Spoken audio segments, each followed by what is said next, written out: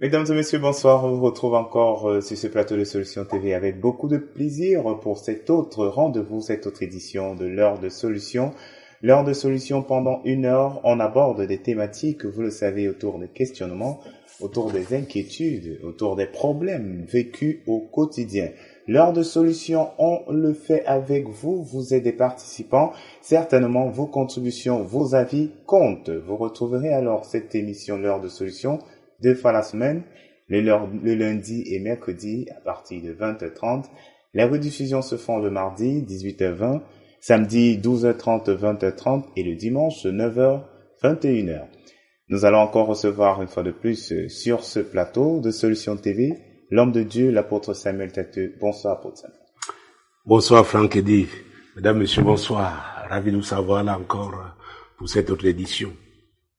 Voilà donc, après les éditions précédentes, aujourd'hui nous allons encore aborder un autre aspect du mariage et on va se poser la question cruciale, pourquoi se marie-t-on? Vous avez donc la possibilité également de partager vos avis en utilisant le numéro 672 05 01 01. Vous pouvez envoyer des messages WhatsApp, c'est un numéro WhatsApp, ou alors vous utilisez l'autre ligne, le 696 04 98 12. Vous avez également une adresse email solution@compassionglobal.org. Vous pouvez également l'utiliser, faire un mailing et envoyer vos avis. Le lien solution TV en net.myl2mr.com vous permet d'être connecté sur Solution TV juste à partir de votre tablette ou alors de votre smartphone et suivre bien évidemment nos programmes. Voilà, nous allons donc essayer de répondre, d'apporter des éléments de réponse à cette question cruciale, nous l'avons dit. Pourquoi se marie-t-on? Nous allons poursuivre les réflexions et avant, nous allons vous permettre d'écouter les avis des uns et des autres. Nous revenons pour la suite. Pour moi, on doit se marier parce que déjà, ceux qui sont embauchés dans les solutions, ça permet d'avoir des couvertures sanitaires, des avantages liés à la société qui peuvent mettre les enfants dans les dispositions. Ils ont une sécurité, quand les parents ne sont plus là, ils en profitent. Donc je pense que jusqu'ici, le mariage est une bonne chose.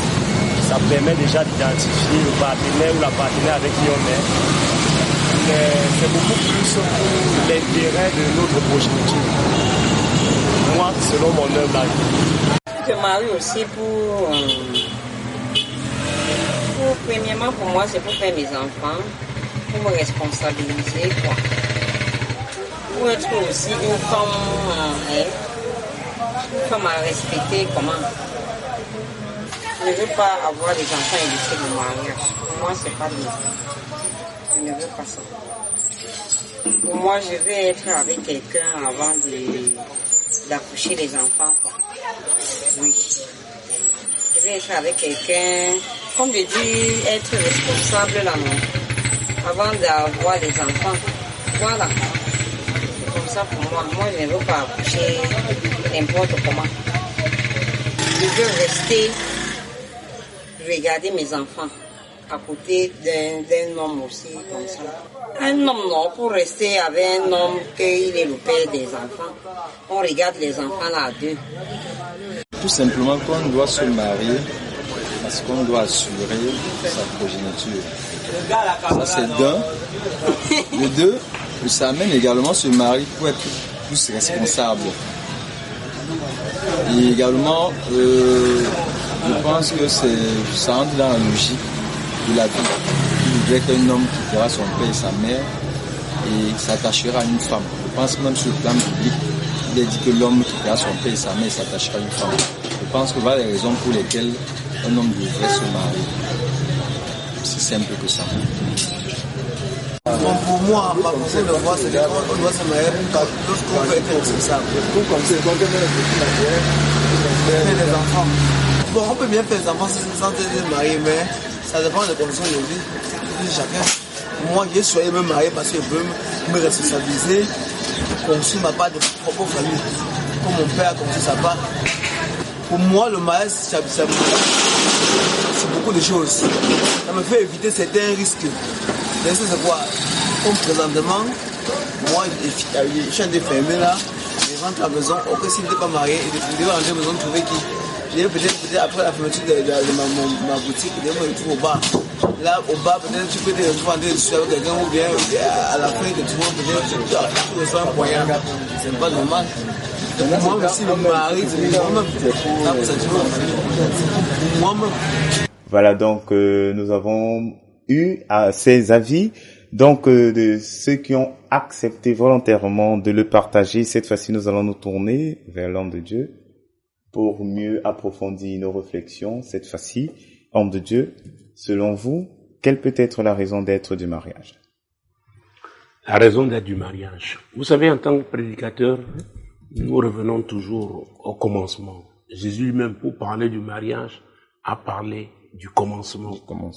Et Dieu, par rapport à sa vision, donc, en créant l'homme, c'était pour l'accomplir, cette vision.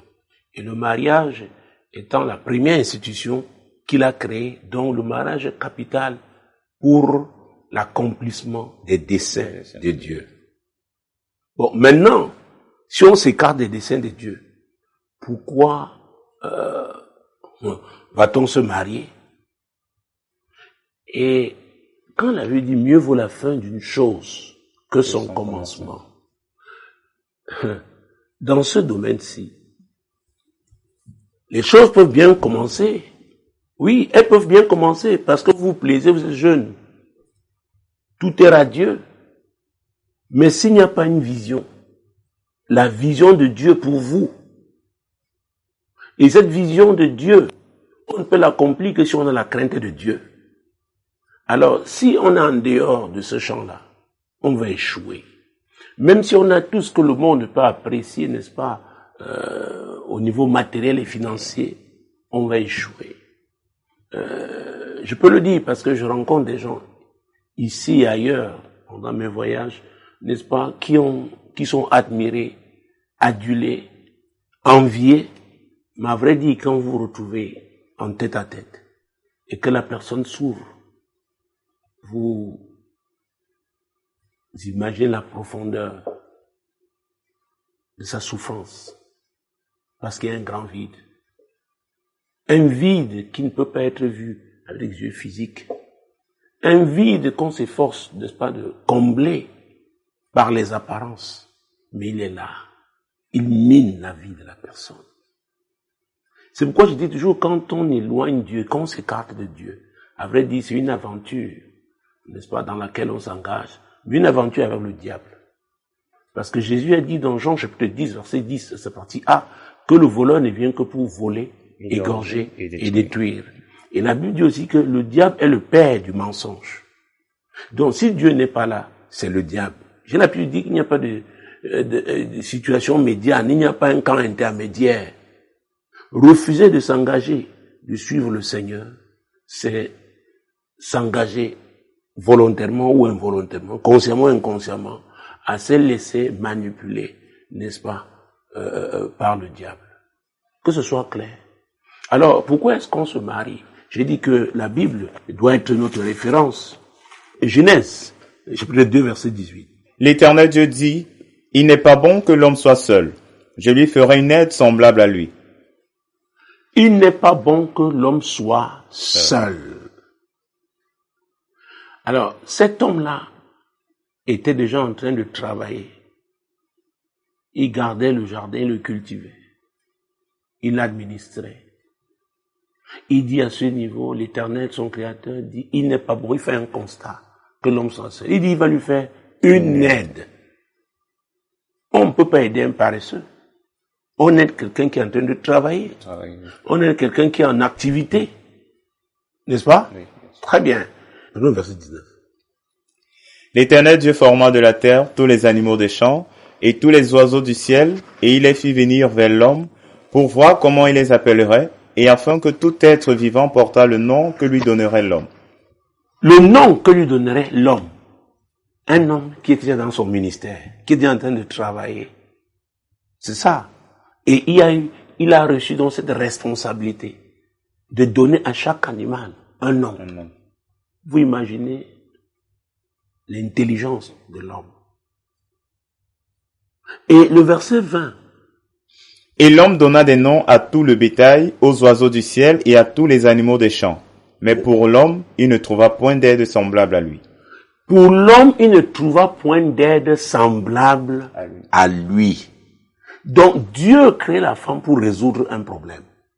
Le problème de l'homme, qui est déjà de travailler dans le champ de Dieu, dans les affaires de Dieu, qui est établi déjà. C'est très important. Continuons. Alors l'Éternel Dieu fit tomber un profond sommeil sur l'homme qui s'endormit. Il prit une de ses côtes et referma la chair à sa place. L'Éternel Dieu forma une femme de la côte qu'il avait prise de l'homme et l'amena vers l'homme. Et l'homme dit, voici cette fois celle qui est os de mes os et chair de ma chair. On l'appellera femme parce qu'elle a été prise de l'homme. C'est pourquoi l'homme quittera son père et sa mère et s'attachera à sa femme et ils deviendront une seule chair. Hey, mon Dieu, mon roi. Avec les téléspectateurs et nos auditeurs, nous pouvons nous poser cette question. Est-ce que nous sommes encore dans le même contexte? La femme pour aider l'homme. L'homme qui travaillait déjà. L'homme qui était déjà un missionnaire divin. Pourquoi j'ai pensé à ça? Je me souviens, on dînait avec une ambassadrice d'un très grand pays, n'est-ce pas, c'était à l'étranger. Mais cette femme était seule, c'est-à-dire n'était pas mariée. Et à la fin, nous avons décidé de prier pour elle. Et quelque chose de puissant s'est manifesté. Un mauvais esprit qui avait été chassé. Vous imaginez être à ce niveau de représentation diplomatique. Après avoir donc fait tout son travail qu'elle a à faire, elle se retrouvait seule.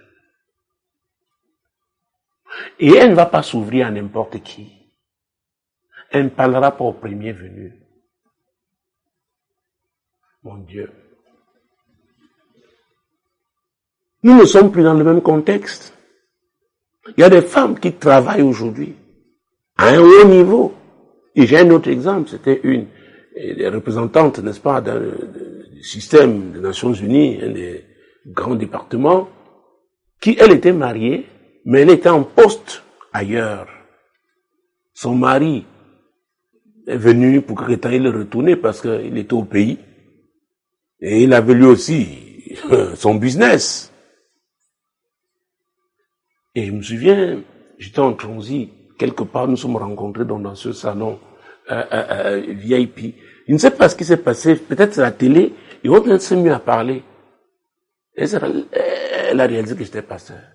Elle dit, révérend, je vous assure, je vais en mission là, mais je suis marié, mais je commence à sentir un grand vide. Je gagne bien ma vie, mais nous les femmes, je pense que c'est elle qui disait, je la cite, nous devons savoir évidemment ce que nous voulons. Le mari lui a dit, écoute, je veux que tu sois heureuse, que tu mènes ta brillante carrière. Je pourrais te voir de temps en temps. Et les enfants ont dit, nous restons avec papa. Et c'est pourquoi l'Église doit revoir ses enseignements. Vous savez, je suis attaché, c'est un de mes couloirs, l'enseignement sur le leadership. Vous savez, il y a une nouvelle, je ne veux pas dire le mot race des leaders, mais il y a une nouvelle classe de leaders que l'Église doit former. Vous savez, quand je regarde ici, j'ai des jeunes gens ici, 23 ans, master 2. Alors, vous avez aussi des jeunes filles. Vous croyez que vous allez les traiter comme les campagnardes d'avant? Comme les filles du village d'avant? Les réalités ont changé. C'est pourquoi même les pasteurs, il faut une remise à niveau. C'est pourquoi je dis qu'il y a des classes de pasteurs. Parce que il y a des types de problèmes, des classes de problèmes. C'est pourquoi les gens me disent, oh vraiment, je suis dans telle église, c'est l'église de mes parents. Ok, tu es libre. Mais est-ce que l'église des parents là, tu as les mêmes problèmes que tes parents? Est-ce que l'église est équipée pour te soutenir, t'accompagner, t'encadrer à faire face au challenge de cette saison? Ah oui. Donc l'homme travaillait, il voulait une aide. Mais il y a des femmes aujourd'hui qui sont des patrons. Quel rôle il est appelé à jouer pour être cette femme? Vous savez, nous avons connu une célèbre, n'est-ce pas, célébrissime même, vraiment ce premier ministre de l'époque, n'est-ce pas, en Grande-Bretagne. Mais elle trouvait le temps, le week-end, de faire les petits plats de son mari. Parfois, elle revenait le soir pour lui faire des petits plats qui vont accompagner peut-être que le service officiel a servi, parce qu'elle voulait continuer de garder sa place d'épouse. Donc, c'est une affaire d'éducation et même de conversion d'abord. On doit être converti. Ça n'a rien à voir avec la religion. C'est pourquoi j'ai parlé de la crainte de Dieu tout à l'heure. Parce que, pourquoi on se marie? Il n'est pas bon que l'homme soit seul. On peut se marier à cause de la solitude. Et une fois, une femme était désemparée. Elle me dit, oh mon Dieu. Et vous savez, beaucoup viennent ici me voir, n'étant pas de cette paroisse, n'étant pas de cette assemblée. Même pendant mes voyages, je reçois des gens de toute obédience. Vous savez, le ministère apostolique, ce n'est pas par rapport seulement, ou prophétique, ce n'est pas par rapport seulement à une assemblée locale. Vous êtes un don. Vous êtes un don de Dieu. Donc les gens que Dieu met sur votre route, parfois c'est peut-être pour 5 minutes, mais vous plantez quelque chose dans ça, dans leur vie. Je me souviens l'histoire de ce jeune monsieur, on était toujours, n'est-ce pas, un homme. Oh mon Dieu. Dieu me dit, va t'asseoir à côté de lui. Je vais m'asseoir, je lui dis bonjour, il ne répond pas parce qu'il avait les écouteurs. Après, il réalise 30 secondes après quelque chose s'est passé. Il enlève les écouteurs, il me demande pardon. Je lui dis non, ça va, j'ai compris que tu étais. Il a cessé d'écouter. Oh, il écoutait le message d'un grand pasteur, c'est après que j'ai su, que moi-même je respecte. Alors on s'est mis à échanger. Et à un moment donné, il me dit, je ne sais pas pourquoi je me sens poussé à vous parler. Ce projet dont je vous parlais, je n'ai encore parlé à personne. Je travaille pour une grande compagnie aérienne à un haut niveau.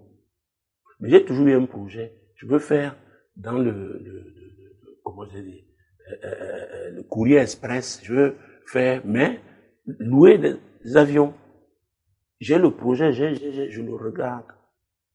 Il dit, j'ai la commission, je dois vous parler. Il n'était pas camerounais. Nous n'étions pas au Cameroun. C'est pourquoi je parle des classes de leaders. Il y a des gens qui ne peuvent pas avancer.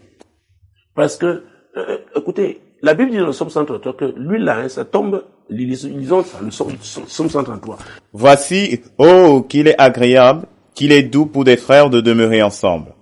C'est comme l'huile précieuse qui répandue sur la tête, descend sur la barbe d'Aaron, qui descend sur le bord de ses vêtements. Ah, vous voyez ça? Oui. C'est comme la rosée de l'Hermon qui descend sur les montagnes de Sion. Car c'est là que l'Éternel envoie la bénédiction, la vie pour l'éternité. Aaron ici est mis pour le leader. Ce leader lui-même doit être bien positionné pour recevoir, pour être toujours arrosé. Donc il devient un canal. Alors s'il est limité, tous ceux qu'il conduit seront limités. Oh mon Dieu, mon roi. C'est sérieux ce que je dis. Les gens me disent, mais qu'est-ce que ça a à voir avec le mariage? Je dis oui. En matière de mariage aujourd'hui, nous avons des gens hautement qualifiés, professionnellement parlant. Écoutez, quand vous avez affaire à une femme médecin anesthésiste, pour devenir médecin général, c'est bac plus 7. Cette femme a fait 2-3 années, avant d'aller se spécialiser, elle a travaillé dans le cas de la médecine générale, avant d'aller se spécialiser 4 ans. Bon, même si elle n'a pas fait ces 3 ans, ça fait 11 années d'études. Ce n'est pas n'importe qui. Et c'est quelqu'un qui est dans une discipline où on n'est jamais froid, parce qu'on a affaire au cas particulier. Parfois dans les services de réanimation, parfois avant l'opération et après l'opération. Alors, ce genre de femme, c'est pas une femme ordinaire. Elle n'est pas comme, c'est pas quoi, peut-être l'institutrice, l'enseignante, qui a aussi ses défis, n'est-ce pas, dans son secteur. Vous comprenez ce que je veux dire? Oui, on vous comprend. Alors, et ce genre de femme, on peut l'appeler à tout moment parce qu'il y a une urgence.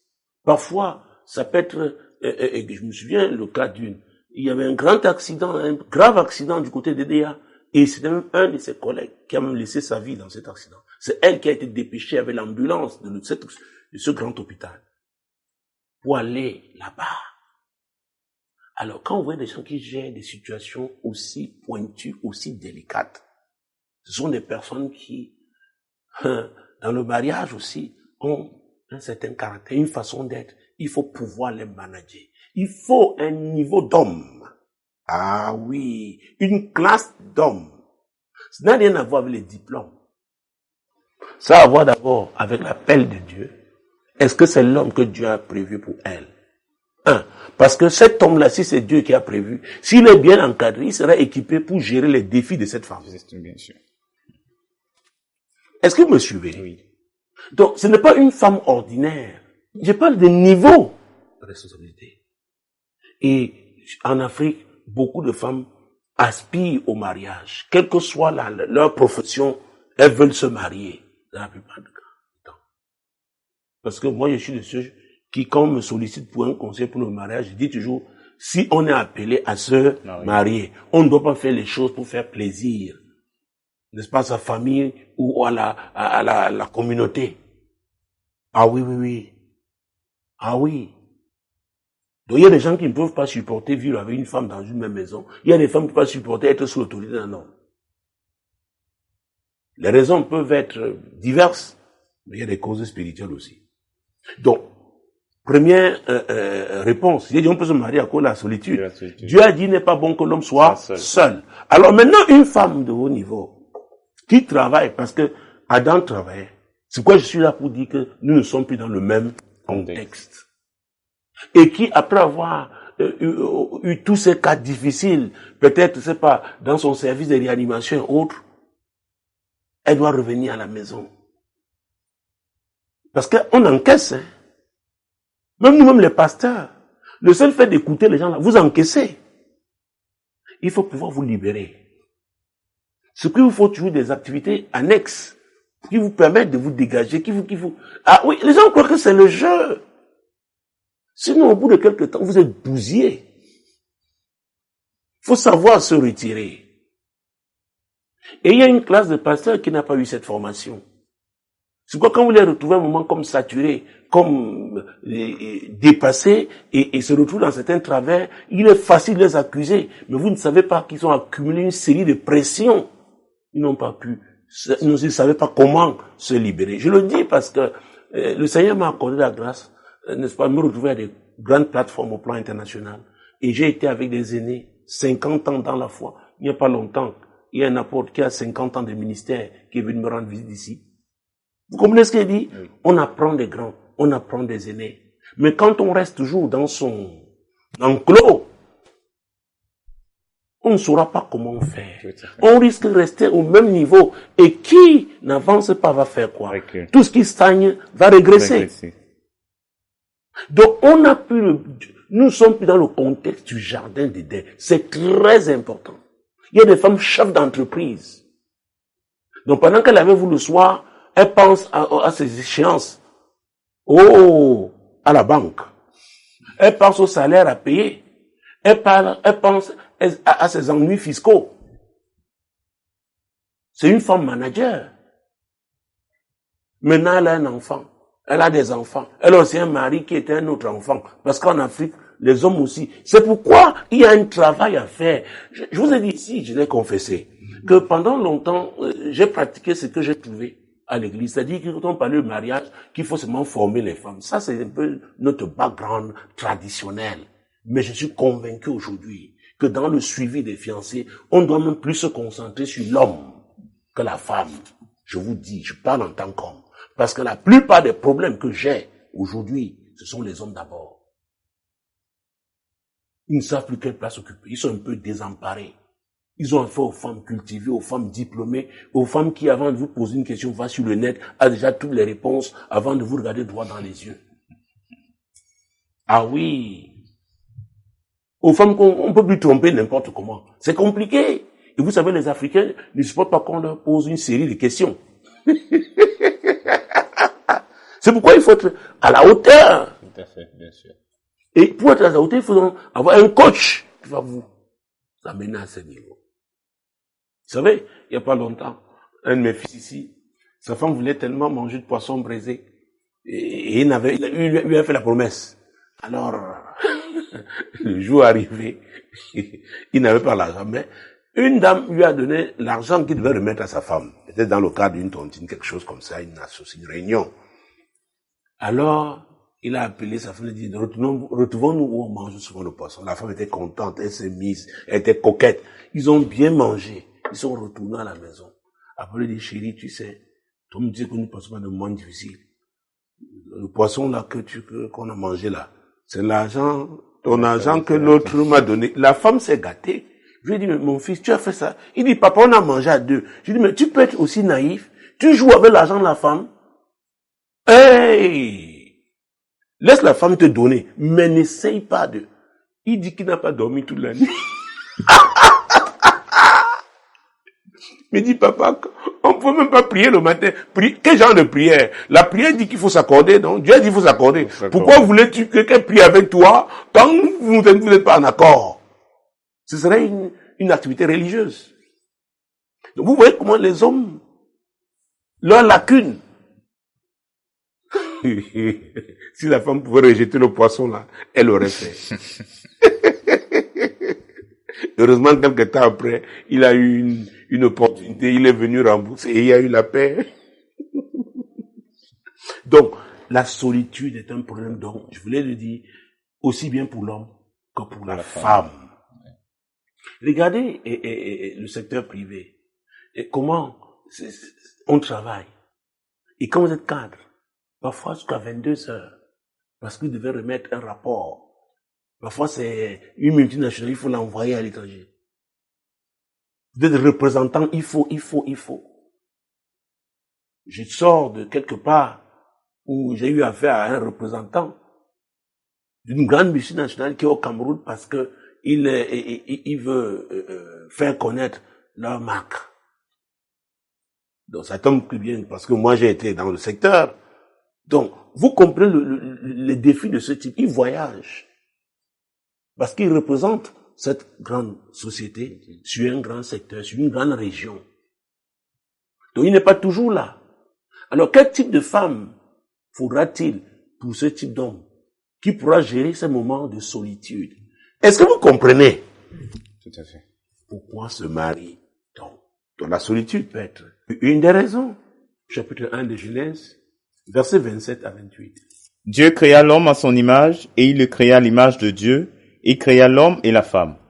Dieu les bénit, et Dieu leur dit, soyez féconds, multipliez, remplissez la terre et l'assujettissez, et dominez sur les poissons de la mer, sur les oiseaux du ciel, et sur tout animal qui se meut sur la terre. Ah, voilà. C'est toujours la vision divine, n'est-ce pas? La fécondité, la multiplication. Il y a des choses que l'Afrique a très vite fait de retenir, et aujourd'hui, ça crée des problèmes. Il y a des mamans à l'église ici qui se sont exclamées il n'y a pas très longtemps parce que un jeune couple avait tellement aligné des enfants qu'on se dit, mais à cette allure, on va où? Et je n'avais rien dit, je les regardais parce que ce sont les mamans qui s'en inquiétaient. J'ai dit, si celles-là qui appartiennent à l'ancienne classe comprend les réalités d'aujourd'hui, le monde a véritablement changé. Donc les gens doivent s'adapter aux réalités d'aujourd'hui.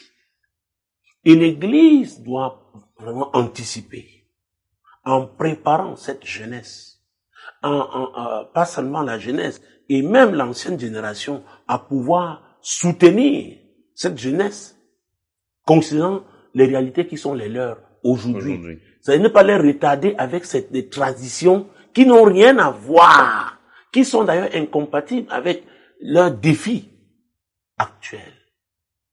Donc il y a un travail à faire à chaque niveau. Vous savez, il y a une dizaine d'années, j'ai prêché une série de messages ici, à chaque niveau, un traitement.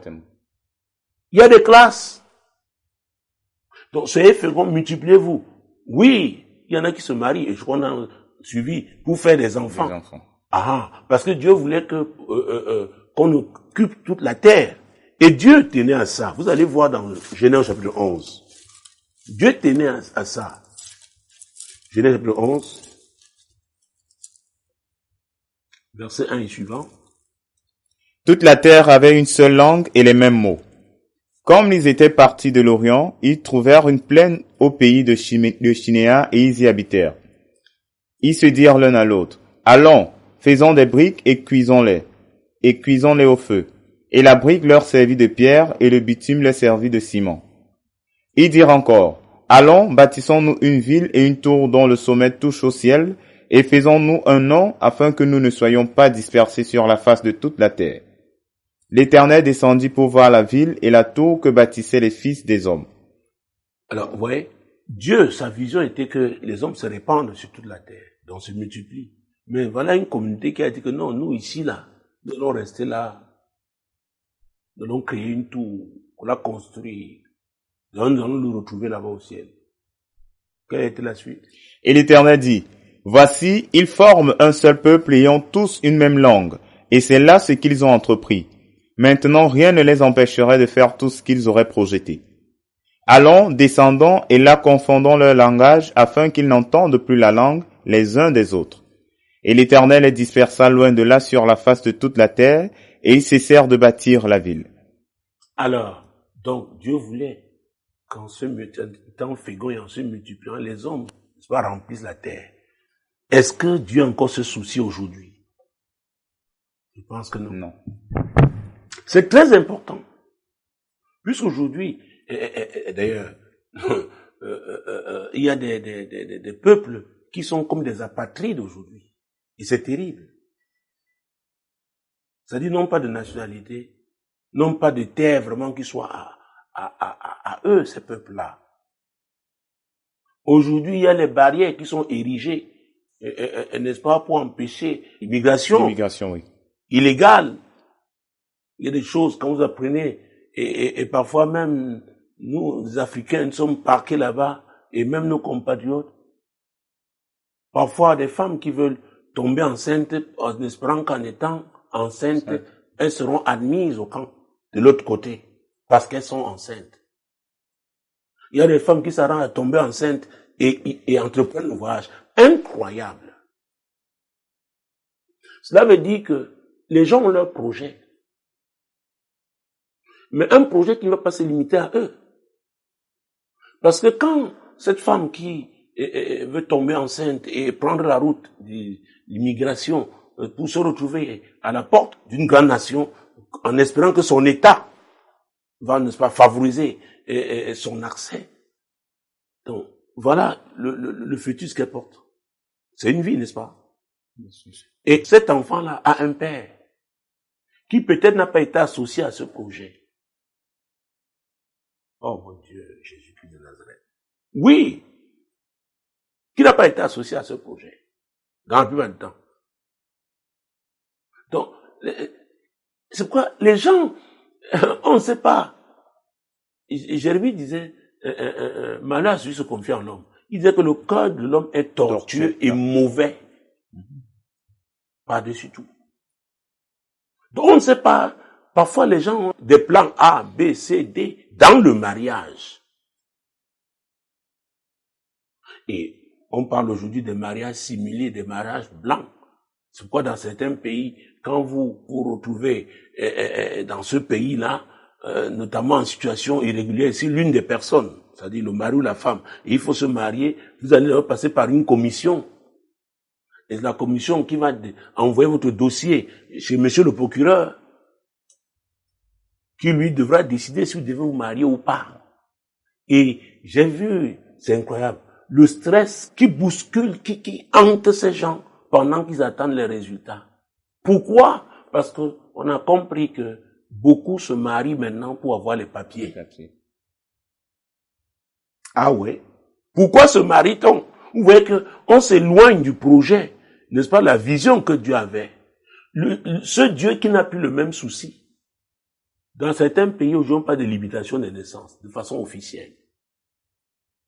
Alors, donc, l'amour de Dieu, la crainte de Dieu. Quelqu'un qui ne craint pas Dieu ne pourra pas accomplir les desseins de Dieu. Donc tout sera faussé à la base. Ah oui. Donc, quand on dit on se marie donc pour faire les enfants, il y en a même qui se marient pour faire leurs enfants. aussi bien l'homme que la femme. C'est-à-dire que ils ont leurs projets pour leurs enfants. Pas les projets de Dieu que Dieu a conçus pour ces enfants-là. Est-ce que vous me suivez? Oui. Il y en a qui veulent effacer le type d'affront, le type d'échec qu'ils ont eu dans leur vie en espérant compter sur leurs enfants, en les formatant, les programmant à devenir des hommes qui n'ont pas pu être. Et les enfants deviennent des victimes. Alors que chaque être humain devait être un missionnaire de Dieu sur la terre. Donc il y a beaucoup de motifs. Il y en a. Vous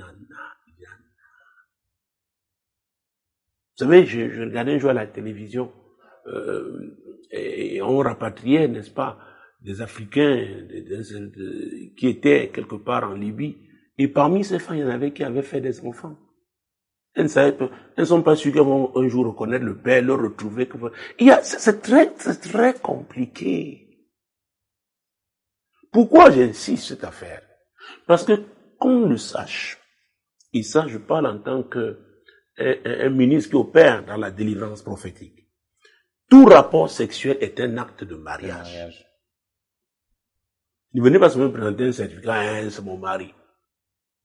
Tout rapport sexuel est un acte de mariage. Que les gens le comprennent, parce que les gens en souffrent. Les gens souffrent sans savoir où sont les causes de leurs problèmes. Et c'est biblique, hein. 1 Corinthiens, chapitre 6, verset 16. Loin de là, ne savez-vous pas que celui qui s'attache à la prostituée est un seul corps avec elle, car est-il dit, les deux deviendront une seule chair. Les deux deviendront une seule chair. Donc, les rapports sexuels sont un acte de mariage. Parce que ça crée une alliance entre deux personnes. Et tant que cette alliance n'est pas dénoncée et brisée, il y a une façon de le faire, surtout quand l'une des parties est une personne initiée à l'occultisme, est un sorcier ou une sorcière. Vous croyez que vous avez eu votre argent, vous êtes parti, si c'était pour des raisons financières, il y a un esprit qui va continuer vous suivre. Parce que vous avez formé une seule chair. L'instant de plaisir que vous avez passé là, pour vous, c'était une aventure, mais ça risque de miner toute votre vie. J'ai rencontré des jeunes filles qui ont souffert sans savoir. Et quand l'esprit là se manifeste dans le nom de la personne, quand elle retrouve ses sens, on lui demande, tu connais tel? Elle dit, ah non, ça fait plus de 20 ans. On dit oui. Il exerçait tel métier. Elle me dit oui. C'est pourquoi les gens connaissent des frustrations, connaissent des échecs récurrents. Ils ne savent pas que le plus souvent, ils sont responsables à cause des actes qu'ils ont posés. On peut livrer sa vie à partir d'un rapport sexuel. On livre sa vie. C'est que quand vous voyez des gens d'un certain niveau socialement parlant, qui ont beaucoup d'argent, qui courent après des jeunes filles, leur donnent beaucoup d'argent, vous croyez que c'est parce qu'elles sont belles, elles croient qu'elles sont belles, ils savent ce qu'ils vont chercher. Vous savez, il y a une histoire, hein, ça date de longtemps, une histoire de 17 ans. J'animais à l'époque on l'appelait émission Solution dans une radio, l'aînée des radios chrétiennes à Douala. À l'époque, c'était en direct qu'on appelait. Et il y a donc une femme qui était gouvernante dans un hôtel qui a appelé et qui voulait absolument me voir. Alors, je lui ai fixé un rendez-vous et elle est venue. Elle me dit qu'elle est très embêtée. Pourquoi est-elle embêtée? Elle me dit, chaque mois, il y a une jeune fille, il y a un grand monsieur de la ville qui l'amène dans leur hôtel. Leur hôtel est vraiment stratégiquement bien placé, c'est-à-dire que pas très exposé, quoi. Discret. Et ils y passent 3 nuits. Et généralement, le 4e jour, il s'en va. Parfois, c'est le 5e. Mais quelque chose s'est passé, il y avait donc la semaine d'avant. Quand le monsieur est parti, la fille est descendue. Elle a demandé, elle voulait un bouillon. On fermait déjà la cuisine. Elle a supplié vraiment qu'elle veut le bouillon. Elle leur a donné l'argent. On a convaincu le cuisinier d'essayer de lui faire ce bouillon. Elle a mélangé de liqueurs, tout ça là. Elle a mis... Mais Les gens se sont dit, mais tiens, c'est suicidaire, ce genre de cocktail, quelle forme vous pouvez boire. Et elle avait l'argent, là. Elle a pris son bouillon et elle est remontée en chambre. Le monsieur était parti. Alors, mon Dieu, mon roi, elle s'est endormie. Le lendemain, et cette affaire a intrigué cette gouvernante et même le cuisinier et le bar, celui qui gérait le bar. Elle est allée.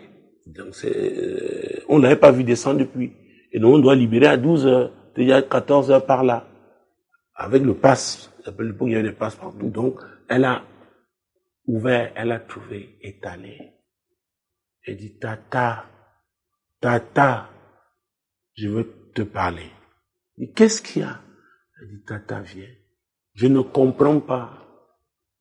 Chaque mois, dès que j'ai mes règles, cet homme m'appelle. Et c'est comme ça qu'on se retrouve ici. Et je ne peux pas résister. Je ne peux pas dire ici ce qui se passait, parce que ce serait indécent, n'est-ce pas? Il y a des jeunes gens qui nous écoutent, nos enfants sont là. Mais ce que cet homme faisait de son sang. Et c'est à la fin de ces règles-là, lui se donnant beaucoup d'argent et s'en allait.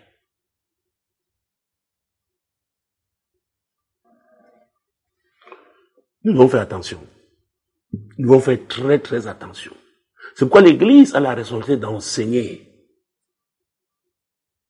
en profondeur, de parler notamment à la jeunesse des risques auxquels elle s'expose aujourd'hui.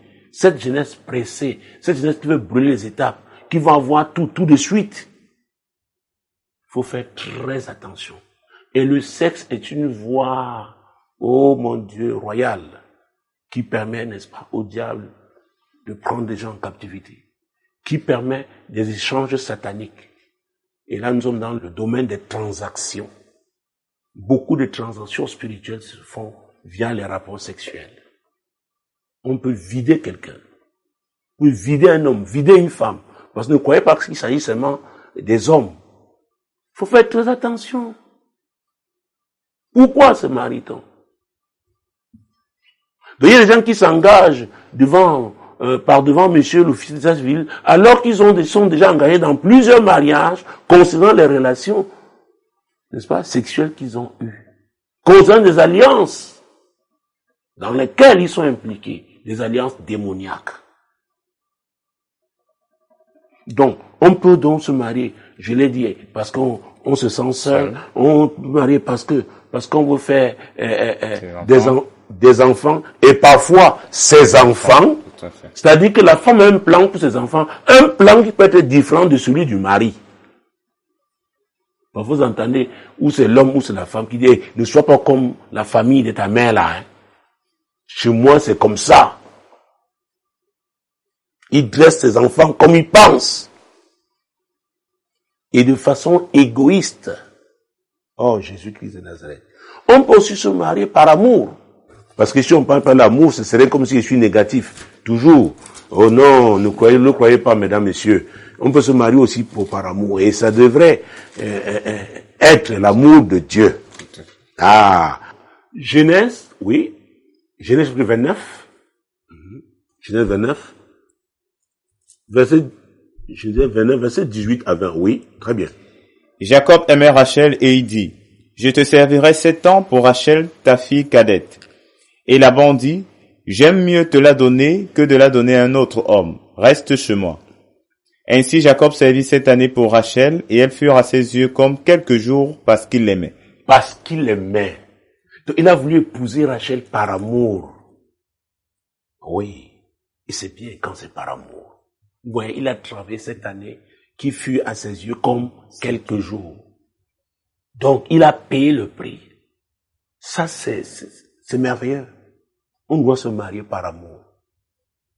Et on se sacrifie donc pour être aimé. Mais alors, quand nous parlons d'amour, je vais insister sur l'amour de Dieu. Parce que l'amour de Dieu a à voir avec la vision de Dieu, avec le plan de Dieu, avec les projets de Dieu. Et c'est pourquoi, si nous restons toujours dans Genèse 29, je vais essayer de raccourcir la lecture. Mon Dieu, mon roi, Jésus-Christ de Nazareth. Oui, verset 21 à 27. Ensuite Jacob dit à Laban, « Donne-moi ma femme, car mon temps est accompli et j'irai vers elle. » Laban réunit tous les gens du lieu et fit un festin. Le soir, il prit Léa sa fille et l'amena vers Jacob qui s'approcha d'elle. Et Laban donna pour servante à Léa sa fille Zilpa, sa servante. Le lendemain matin, voilà que c'était Léa. Alors Jacob dit à Laban, « Qu'est-ce que tu m'as fait? N'est-ce pas pour Rachel que j'ai servi chez toi? Pourquoi m'as-tu trompé? » Laban dit, « Ce n'est point la coutume dans ce lieu de donner la cadette avant l'aînée. Achève la semaine avec celle-ci et nous te donnerons aussi l'autre pour le service que tu feras encore chez moi pendant 7 nouvelles années. » Jacob était encore prêt à travailler pendant 7 années parce qu'il voulait Rachel. Et là, on veut la lui donner, n'est-ce pas, tout de suite. Et c'est ce qui s'est passé. Mais alors, au verset, chapitre 34, quand par l'amour de Dieu, aimer l'être qui a été programmé par Dieu pour accomplir sa destinée. Genèse 31, verset 29. Oui, donc verset 29 à 30.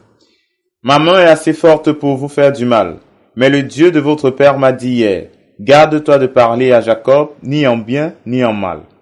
Maintenant que tu es parti, parce que tu languissais après la maison de ton père, pourquoi as-tu dérobé mes dieux? » Oui. Jacob répondit et dit à Laban, « J'avais de la crainte à la pensée que tu m'enlèverais peut-être tes filles. Mais périt celui auprès duquel tu trouveras tes dieux. En présence de nos frères, examine ce qu'il t'appartient chez moi et prends-le. » Jacob ne savait pas que Rachel les eût dérobés. Alors, il aimait Rachel, mais Rachel était attachée aux dieux, aux idoles de son père. Il décide donc de voyager, de retourner en obéissance à la parole de Dieu. Dieu lui a demandé de retourner dans son pays. Rachel vole les dieux de son père. C'est-à-dire, elle n'est pas prête à suivre le Dieu de son mari. Est-ce que vous voyez? Voilà la femme qu'il a aimée. Or, sa destinée est attachée à ce que Dieu a dit sur sa vie. Mais la femme là a quelque chose qui est incompatible avec ce Dieu-là. Donc, il y aura un problème. C'est pourquoi quand je citais Ecclésiaste chapitre 7 verset 8 à sa partie A tout à l'heure, je disais que mieux vaut la fin d'une chose que son commencement. On peut épouser par amour, mais si cette personne a une racine qui va provoquer la disqualification demain, l'échec demain, la ruine demain, cet amour-là n'est pas un bon amour, n'est pas l'amour de Dieu. Parce qu'avec Dieu, on finit dans la gloire. Et c'est pourquoi au chapitre 35, vous allez voir, oh Jésus. Et même avant d'arriver, vous verrez que Rachel a tout fait, n'est-ce pas, pour cacher. Mon Dieu. Verset 33 à 34. Laban entra dans la tente de Jacob, dans la tente de Léa, dans la tente des 2 servantes, et il ne trouva rien. Il sortit de la tente de Léa et entra dans la tente de Rachel. Oui. Rachel avait pris les téraphins, les avait mis sous le bas du chameau, et s'était assise dessus. Laban fouilla toute la tente et ne trouva rien. Oui. Elle dit à son père, « Que mon Seigneur ne se fâche point, si je ne puis me lever devant toi, car j'ai ce qui est ordinaire aux femmes. » Il chercha et ne trouva point les téraphins. Oui. Elle a menti qu'elle avait ses menstrues parce qu'elle voulait garder les dieux de son père. Donc, et son engagement en ce qui concerne son mari avec Jacob n'était pas entier. Donc, elle ne comptait pas sur le Dieu de Jacob, mais elle comptait sur le Dieu de son père. 2 visions différentes. Donc, pourquoi se marie-t-on? C'est à cause de la vision. Amos 3:3. La vision. Si vous ne partagez pas la même vision, ça va se gâter. Ça va se gâter. Et vous allez voir au chapitre 35, Jésus-Christ de Nazareth. Verset 1 et suivant. Dieu dit à Jacob, « Lève-toi, monte à Béthel et demeure-y.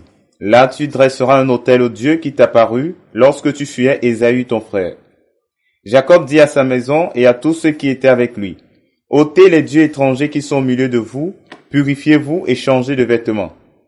Nous nous lèverons et nous monterons à Béthel. Là je dresserai un autel au Dieu qui m'a exaucé dans le jour de ma détresse, et qui a été avec moi pendant le voyage que j'ai fait. Oui. Ils donnèrent à Jacob tous les dieux étrangers qui étaient entre leurs mains et les anneaux qui étaient à leurs oreilles. Jacob les enfuit sous le térabinthe qui est près de Sichem. Ensuite ils partirent. La terreur de Dieu se répandit sur la ville qui les entourait et l'on ne poursuivait point les fils de Jacob. Alors, croyez-vous de vous à moi que Rachel, n'est-ce pas, qui a caché les dieux de son père, a menti à son père, vous croyez qu'elle a sorti ces dieux-là? Non. Mais les autres serviteurs qui avaient aussi leurs dieux, ils ont abandonné. Ils ont abandonné. Rachel a résisté à son père. Et elle était consciente de l'amour, oh mon Dieu, que Jacob avait pour elle. Il était prêt à payer le prix. Peut-être c'est même ça, à cause de Rachel, que les autres serviteurs, n'est-ce pas, de Jacob ont aussi pris leur Dieu. Maintenant, leur patron fait une déclaration ferme. Dieu m'a parlé. Le Dieu avec qui je suis en alliance. Il m'a demandé de vous ordonner, de vous débarrasser, n'est-ce pas, de vos faux dieux, de vous purifier, de vous sanctifier. Rachel ne l'a pas fait. Et si on va vers la suite, oh mon Dieu, aïe aïe aïe. Verset 14 et suivant. Et Jacob dressa un monument dans le lieu où Dieu lui avait parlé, un monument de pierre sur lequel il fit une libation et versa de l'huile. Jacob donna le nom de Bethel au lieu où Dieu lui avait parlé. Quand il partait, 20 ans auparavant. Donc quand il y a un monument là, c'est un hôtel qu'il a bâti là-bas. Mais quelque chose va se passer. Parce qu'il dresse un hôtel, c'est pour un nouveau départ. Il sait que tout son peuple, n'est-ce pas, a fait la paix avec Dieu. N'est-ce pas, s'est débarrassé des souillures d'idolâtrie. Donc il bâtit l'hôtel. Verset 16 et suivant. Il partit de Bethel et il y avait encore une certaine distance jusqu'à Ephrata lorsque Rachel accoucha. Elle eut un accouchement pénible. Et pendant les douleurs de l'enfantement, la sage femme lui dit, « Ne crains point, car tu as encore un fils. » Et comme elle allait rendre l'âme, car elle était mourante, elle lui donna le nom de Beth-Doni, mais le père l'appela Benjamin. Ouais, elle est morte. Parce qu'on a bâti l'autel là, elle avait encore le Dieu de son père avec elle. Dieu ne pouvait pas supporter ça. Et maintenant, au moment d'accoucher, le nom qu'elle donne est un nom de malédiction, Ben-Oni, fils de ma douleur. Jacob a changé ça tout de suite. Il a dit jamais. Il ne faut pas que mon dernier fils, mon 12e fils, soit un enfant de malheur, un enfant de douleur. Il a dit Benjamin, il a changé, il a dit Benjamin. Ça dit fils de ma droite. Voilà comment Rachel a mal fini. Donc, Jacob a aimé une femme qui n'aimait pas son Dieu. Exactement comme la fille de Saül, Michal, aimait David, mais elle n'aimait pas le Dieu de David. Elle s'est moquée de David. Elle a reproché à David le fait qu'il dansait, n'est-ce pas, avec extravagance devant son Dieu pour le louer. Et elle fut punie. Donc, mesdames, messieurs, c'est bien de parler d'amour, mais je parle l'amour de Dieu. C'est pourquoi j'ai parlé la crainte de l'Éternel à l'entame de cette émission. C'est très, très important. Ah oui! L'amour de Dieu intègre la crainte de Dieu. Donc, si Dieu n'est pas le fondement, si Jésus n'est pas le fondement de votre mariage, parce qu'il a dit, je suis le chemin, la vérité, la vie, c'est très important. Nul ne peut aller au Père que par moi. Dans le Psaume 127, verset 1, la Bible dit, si l'Éternel ne bâtit la maison, ceux qui la bâtissent, travaillent en vain. C'est lui qui doit bâtir votre mariage. C'est très important. Donc, j'ai parlé beaucoup de choses des alliances, n'est-ce pas, qui peuvent affecter la vie des gens. Mesdames, messieurs, si vous êtes concernés par ce genre de sujet-là, vous pouvez vous rapprocher, n'est-ce pas, de l'équipe de Solutions, des pasteurs ici, et vous leur direz qu'à l'heure de Solutions, je vous ai invité à les rencontrer pour qu'ils vous aident à vous débarrasser, à briser ces alliances impures qui affectent votre vie et qui risqueront de polluer votre mariage si vous ne l'êtes pas encore. Et si votre mari est en train de connaître des problèmes à cause de ces alliances-là, il n'est pas trop tard. Jésus est le même hier, aujourd'hui et éternellement. Demeurez bénis sur Solution TV. Continuez à regarder cette chaîne et à écouter Radio Solution, la voix de l'homme. Shalom. Quand il descend, oui, tout s'arrête et y a transfert entre ciel et terre. Quand il descend, l'atmosphère change. Il y a transfert entre ciel. Quand il descend, oui tout s'arrête. Il y a transfert entre ciel et terre. Quand il descend, l'atmosphère change. Il y a transfert entre ciel et terre. Quand il descend, oui tout s'arrête. Il y a transfert entre ciel et terre. Quand il descend, l'atmosphère change. Il y a transfert. Dis avec moi le Saint-Esprit est là. Alléluia. Le Saint-Esprit est là. Il est là pour changer, pour consoler les cœurs. Il est là pour sonder dans les cœurs les plus brisés. Il est là. Chante encore le Saint-Esprit. Le Saint-Esprit est là. Nous proclamons. Nous n'avons pas besoin de voir avec nos yeux physiques pour le croire. Il est là.